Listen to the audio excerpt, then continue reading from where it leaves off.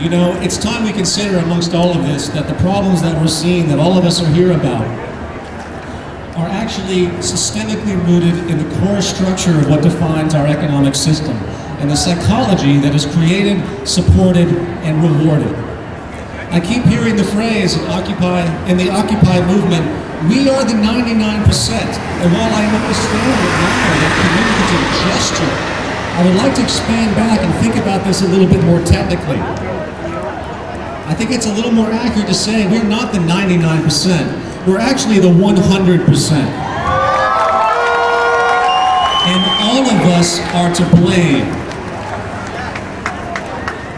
The only reason the 1% have what they do is because the 99% have been supported by the only reason the 1% have what they do is because the 99% continues to support all the elements that fuel the wealth of the 1%. The system is literally designed to support the 1% over the 99. The values that we see in our culture are designed to make sure you aspire to those that maintain the role of the 1%. It's called the American dream, remember? The American dream, which only exists for the 1% and always did. You know, the success of us is often measured in our material wealth or how we gain admiration in the culture, our dignity defined by what others think of us. Is that true success? No, that is a false, distorted value that came from a system that needed to be based on everyone being inquisitive, competitive, cutthroat, and essentially inhumane.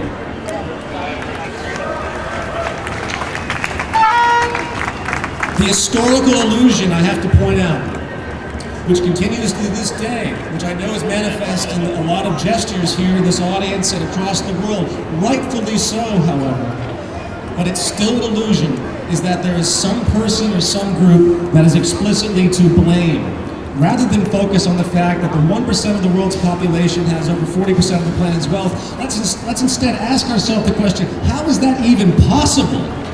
How is that even possible that our system allows for such a thing? Do we really have grounds to be surprised at the way the world is operating when the very foundation of what motivates the current social order is taken into account? Should we really be surprised at all? What is the economy? I ask the question. The monetary market model at work in the world means that through the movement of money, power and property can be bought and sold at will within the confines of, say, legal legislation. Legal legislation, by the way, which, yes, is for sale in the open market, just as all politicians are for sale in the open market. Just as all administration's policies in general are for sale in the open market, what did you expect when the whole system is based upon the buying and selling of property and power and hence influence? There is no escape from the influence of money with respect to governmental policy. Why? Because government in this system is nothing more than a business. That's all it can be. And I hope that can become clear in the minds of many. And see, the true root of change has to be beyond the lobbying for government to do things within our favor. It has to go deeper. And again, while people in the world continue to protest this system, they come up with such terms as corporatism and crony capitalism and even fascism to highlight the legal reality, for example, that yes, businesses can influence all legislations through what's called corporate lobbying. Yet it's legal. Well, why wouldn't it be? Again, this is what this system is. It's those that seem to impose the assumption that this system is something that it isn't that continues to bother me. This system was always fascist at its very origin. It just took this long for the root of it to rise to the top because the cancer continues to grow. And now the social immune system is noticing it, and that's the only difference.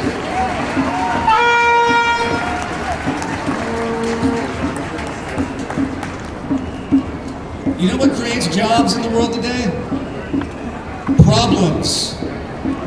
I Everyone talks about labor. Again, you know what really creates jobs? Problems. In an efficient world, there will be less of a need for all of us to be employed or to engage in any type of long-term action that we would consider a job. People will learn to be satisfied and not greedy. They would learn to understand their relationship with the environment. The system of progress would be less and less need to resolve problems, not more and more being generated, which is what we're doing today. In other words, there's an empirical decoupling from what actually supports life on this planet and the scientific reality that we inhabit and have been learning about. It's built right in. The monetary market system at its core must change, not the policies that regulate it. On a different level, just to throw this in, for those that have never thought about the fact that the entire structure of our economy is intrinsically flawed. There is a term that was used by a man named, excuse me a second. Actually, I'm going to start again. There's a culturally hegemonic attribute of this system that goes unnoticed. For example, if you have $1 million and you put it into a bank account, a CD investment at 4% interest, you will make $40,000 a year for doing what? However, if you take loans to buy your home and you need to take out credit, as it's called, you're paying interest in. And guess where that interest goes? It goes to fuel the 1% or those with the wealth that have the ability to actually deposit money and make money off of it. Am I the only one that sees the hegemonic flaw in that? Yet you rarely see a sign being held up defending or defining the interest system. You rarely see people say, why do we even have interest to begin with? It's one of those things that goes unnoticed.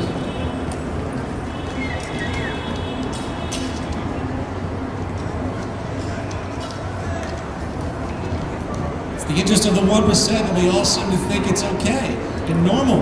This is the problem. No one's realizing what the structural problem actually is. They don't realize the reinforcement they are doing to actually continue this system while on the other side of their awareness they think they're fighting it. In fact, I'll say this. The values that comprise our culture today are what actually support the higher level classes and systematically repress them without them even knowing it.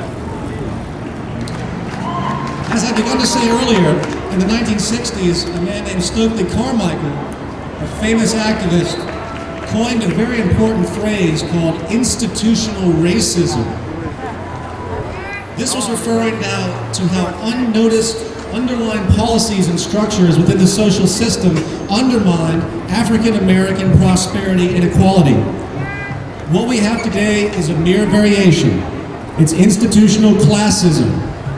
And it is equally a civil rights issue as anything else that has ever existed.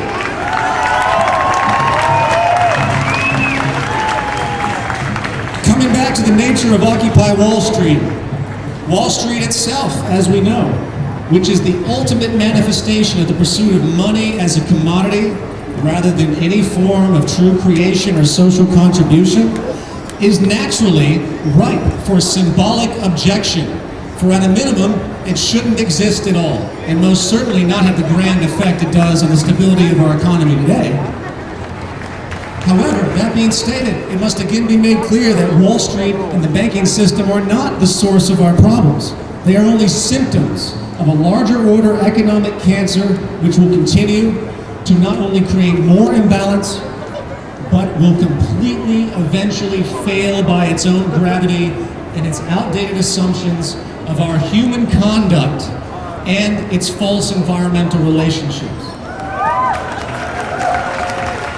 What we are seeing in the world today is, in my view, the beginning of the end when it comes to the protest movements that have been started.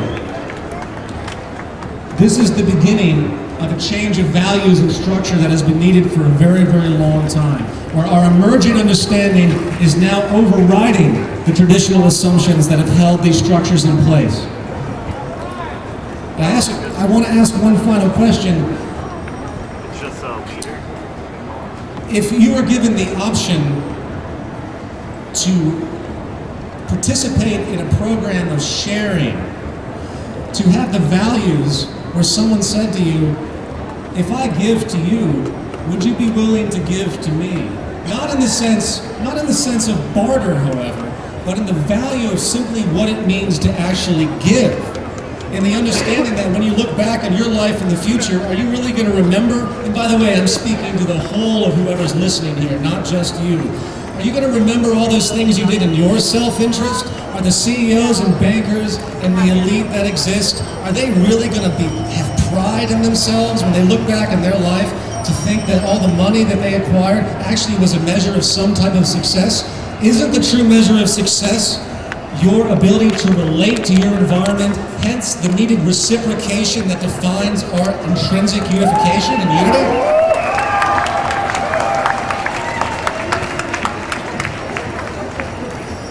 Now, I'm not here to say, when I address the monetary system, that we don't need surgery to remove the effects and cancers of this system. The tumors, in fact, as it were. We desperately do. We do need massive political pressures and to do whatever we can to help this system push into the right direction. But I have to remind all of you that until the root source is addressed, until a movement comes together globally, as it is slowly doing, that's willing to work together to override the system as it exists, not find a seat at the proverbial table, as so many say, but to establish a completely new table,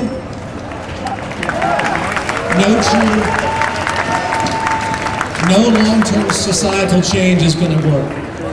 So I leave that with you, and I deeply commend you on your courage, and I thank you for your time, and good luck.